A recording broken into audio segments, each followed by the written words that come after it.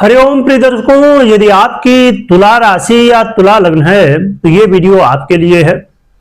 और ये वीडियो को आप बहुत ध्यान से देखिए, क्योंकि ये साधारण परिवर्तन नहीं है, ये बहुत विशेष परिवर्तन है, बहुत इंपॉर्टेंट परिवर्तन होने जा रहा है। किसका परिवर्तन है, क्यों है, क्या कैसे है और कमाल कैसे होगा, ये भी हम जानेंगे। प्रिय दर्शकों, 14 फरवरी 2026 को एक महत्वपूर्ण परिवर्तन होने जा रहा है, वो है मंगल का परिवर्तन। मंगल महाराज अब उस नक्षत्र पर जा रहे हैं जहां पर आप सोचिए कि 27 नक्षत्र हैं, तो कुछ उनमें से ऐसे नक्षत्र हैं जहां पर मंगल अच्छे प्रभाव देते हैं। उसमें से स्वयं इनके 3 नक्षत्र हैं जिनके अधिपति हैं, और उनमें से ये एक नक्षत्र है जहां पर ये सबसे अच्छा प्रभाव देते हैं। यहां तक कि आप एक और भी महत्वपूर्ण स्थिति उसे भी समझेंगे। मंगल 14 फरवरी को अपना ये परिवर्तन करेंगे।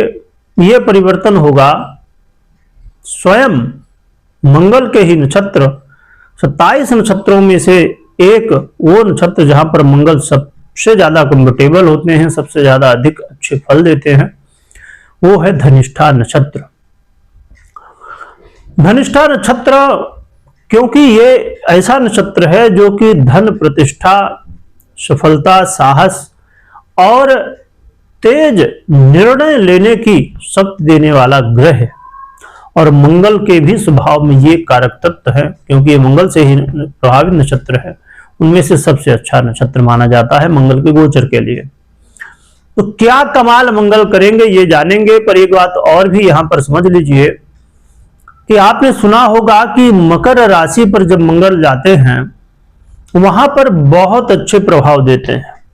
ये बिल्कुल सही है, परंतु यहां पर एक और कुछ कारण हो सकते हैं जिसके मंगल के प्रभाव पूरी तरह आपको ना मिल रहे हों, परंतु यहां पर यह तो बात ठीक है कि मकर राशि में अच्छे फल देते हैं क्योंकि उच्च के हो जाते हैं, पर जो उच्चता का मुख्य रूप से फल है वो तब मिलता है मंगल का जब धनिष्ठा नक्षत्र में आते हैं।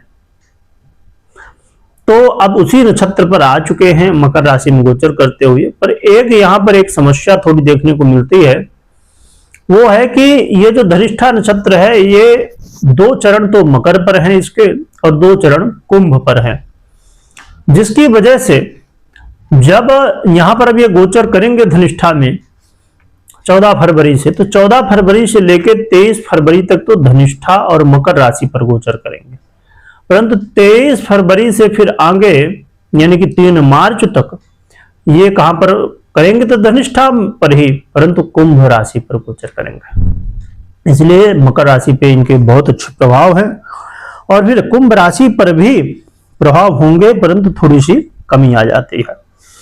क्या, और देखिए यहां पर महत्वपूर्ण ये भी है कि स्वयं सप्तमेश भी है आपके और धनेश भी। क्या प्रभाव होगा आइए जानते हैं, क्या कमाल करेंगे आपके जीवन में ये भी जानते हैं।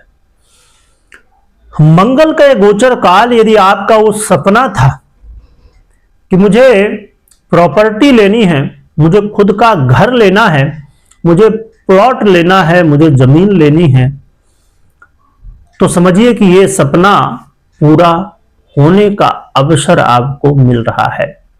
कि भैया ये सपना यदि आप पूरा करना चाहते हैं तो कोशिश करिए, प्रयास करिए, क्योंकि बिना कर्म तो कुछ नहीं होता, और मौका मिल रहा है, मौके का फायदा उठाइए।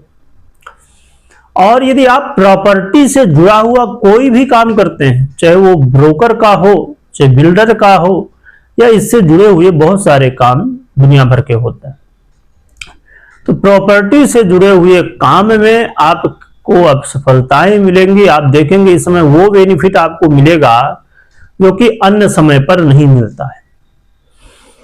मंगल का ये नक्षत्र गोचर काल, यदि आप कार वगैरह गाड़ी वाहन लेना चाहते हैं तो इसके भी योग संयोग बन रहे हैं, और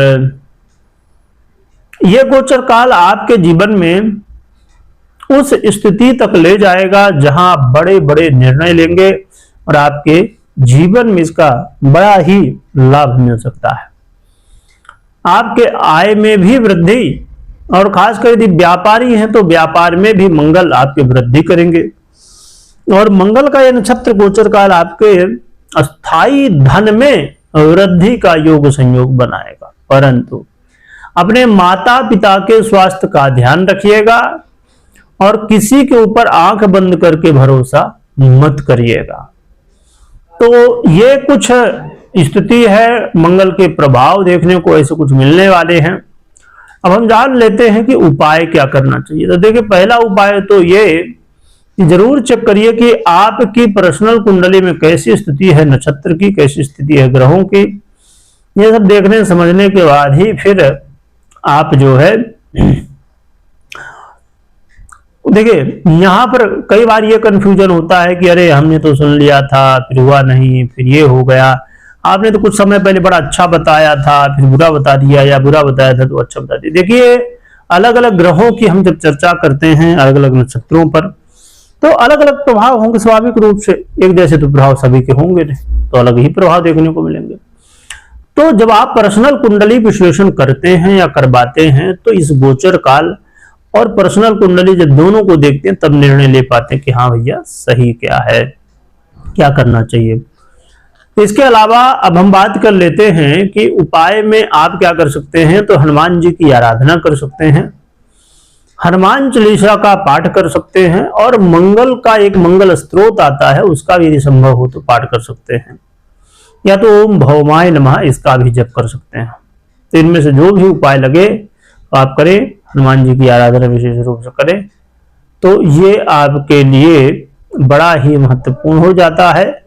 और यहाँ पर देखिए, एक बहुत गहराई से बातों को ध्यान में रखिएगा कि हम उपाय कर ले, हम स्थितियों को देख ले। अब जैसे मंगल हमने समझा कि बहुत अच्छी स्थिति में आ रहे हैं, बहुत बढ़िया बात है, परंतु कर्म जरूरी है। कर्म प्रधान विश्व करेगा का कर्म करिए, कर्म के बिना बहुत अच्छा समय भी हाथ से निकल जाता है।